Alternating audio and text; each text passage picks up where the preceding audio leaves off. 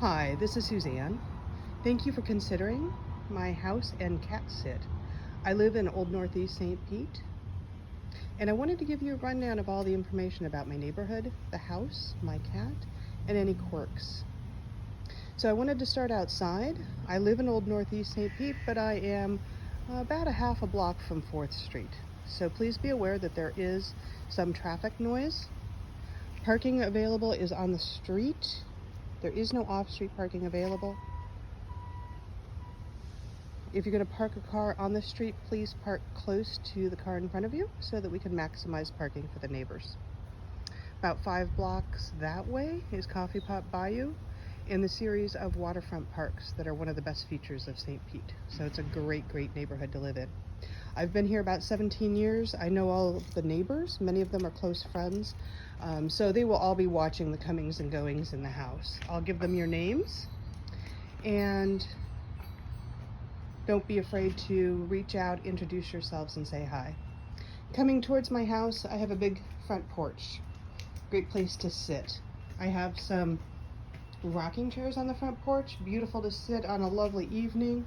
There's also a front porch swing, but I do not recommend that people sit there. It's more for decoration. Coming into the house, I have a screen door, and there's a screen door on the back too. Please make sure that the screen doors are always latched so the cat doesn't get out. Welcome to my living room. It is a charming old house, but it is 100 years old. So it comes with all of the quirks of a 100-year-old house. Not all of the windows open. The floors creak. Some of the doors don't close well. These are the original hardwood floors and the original windows. I will leave sticky notes on the windows that can be opened, so you can feel free to let the fresh air in, but be aware that a few of them just don't open at all. In the living room, in the fireplace, is where the cat litter box resides. All of the scoops and bags that are needed are in that brown box next to the fireplace. And the paintings stay about a foot away, leaned up against the fireplace, so the cat can get in there. And so every day she needs to have her litter box scooped. Looks like I better do that now. Also in the TV, in the living room is my TV. It's a smallish Roku TV. I'll leave you access to Netflix, Amazon Prime, and what else do I have? Discovery Plus. The second bedroom is actually my office right now. I'll clean it up a little bit better, but you can feel free to use it as an office, sitting at the desk. Right next to the desk is the cat tree. She loves to sit there and look out the window, and her basket of toys is underneath. So most of her, usually there are toys around the house for her to play with, but you might find some toys in the toy bin that she likes to use.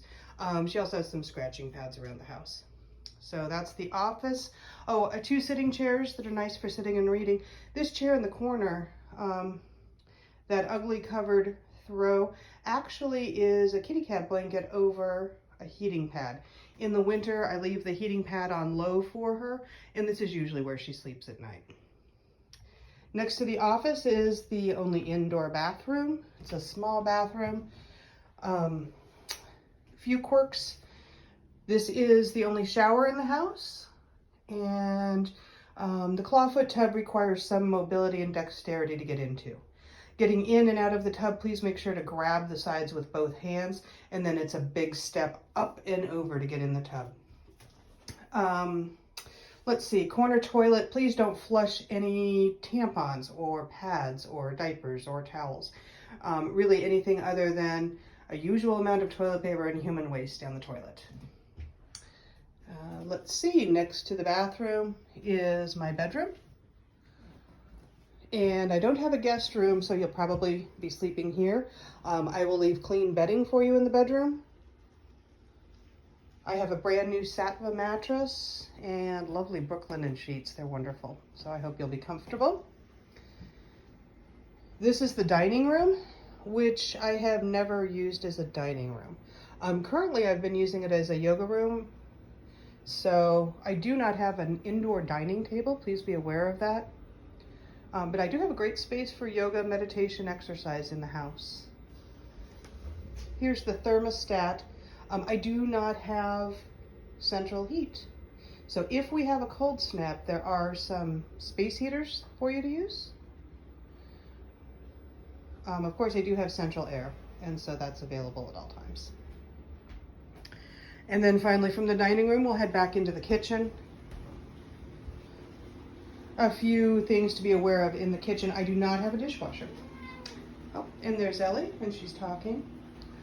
So dishes are hand washed here. I have a gas stove, sink with garbage disposal. The refrigerator door has never fit right, so it needs to be pushed to close. And I've got all the usual pots and pans and kitchen appliances stored away. Also, feel free to eat or drink anything in the kitchen that you find. I have no attachment to any of it. So take whatever you need or like. We'll go ahead and head on out back. Again, making sure to latch the screen door on the back. Ellie is a 100% indoor cat, and I don't want her getting out.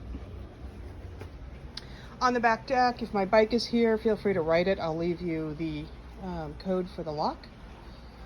The side gate is right over here, and right over on this side of the house, in case of an emergency, is the electrical panel. The gate should be latched at all times. And this is the only dining table I have in the house. It's outdoors, but it's a great place to eat or work. Heading on over, you can see the pool area. You're welcome to use the pool and the spa as much as you like. In the winter, you'll probably need to warm the pool, and you'll definitely be wanting to warm the spa. You have to manually turn on the heater and turn a couple of valves to get the spa heated up. There are complete instructions on how to do this on the refrigerator. There's a hammock over there in the corner, which is currently my favorite place in the house. Wonderful to just lay out there and read a book or take a nap. And finally, we'll go ahead and head into the pool / massage / yoga studio / former garage. I'm a massage therapist, and so I do see some clients from this space. I have a massage table back there. Also do yoga here. Sometimes I work here when I have guests. I'll sleep out here and let the guests have my room. It's just one big space that can be used in a variety of different ways. There's padding under the floor. There is a half bath. Easy to use if you've been in the pool. You don't need to dry off before you come into the bathroom. And also the washer dryer. Over in this corner is a bunch of stuff stored, my massage table and all of that good stuff. But that white table right there is on wheels, and it can be easily pulled out into the main part of the room, flipped up. There are little stools that sit underneath it that can be pulled out, and it's a great workspace. So sometimes I'll pull that table out and just sit and work with the view of the pool. Using this studio space, please be sure to step over and out to get in. That's a little bit quirky. And then in the backyard, there are a couple of these big patio umbrellas. You can turn them up if you would like. Just they're hand crank. There's one here, and then one over by those lounge chairs in the corner. If you're going to put the umbrellas up, please just put them down when you leave the house or in the evening when you go to bed. And then finally, we have the alley. Out here, we've got the shared community dumpster. The city picks up the trash Tuesdays and Fridays. And then you have my recycle bin, and this recycle bin is picked up every other Thursday. I'll leave you a note if you're willing to be here a Thursday when it needs to be picked up. Make sure this gate stays locked all the time. There is a reach over latch, so if you decide to go for a bike ride, you can just reach over and open up the gate. The only person coming through this gate should be the pool service. And the pool service guy shows up on Mondays, usually midday. So that's a summary. There have been a couple of other issues that I know I need to discuss because some other potential house sitters have said that they are deal breakers for them. The first being that I do not have a generator. So occasionally the power goes out. I can't even remember the last time the power went out. And if it's not during a storm, it's usually back up within a few minutes.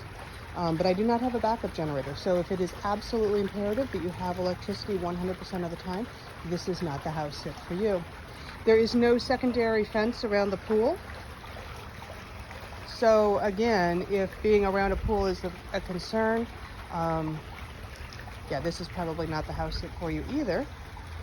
And lastly, Ellie, who you're here taking care of, she's a regular cat. She's super easy to take care of, very low maintenance. But she does occasionally throw up a hairball, and she wakes up most mornings around 6 or 7. She doesn't meow, but she'll come check on the person in the house to make sure you're still alive, and just suggest maybe you want to feed her. So she needs to be fed twice a day, and you'll get complete instructions on how to feed her. And she is a talker, so expect that she'll talk with you. She does not like being picked up, but she does like to cuddle. She likes people, and she is a great companion. She'll probably hang out with you. Wherever you are, if you're going to sit and read or work, she'll usually be by your side. So that's a summary of what's going on at 236 21st Avenue North. Thank you for considering house sitting for me, and I hope you have a great day.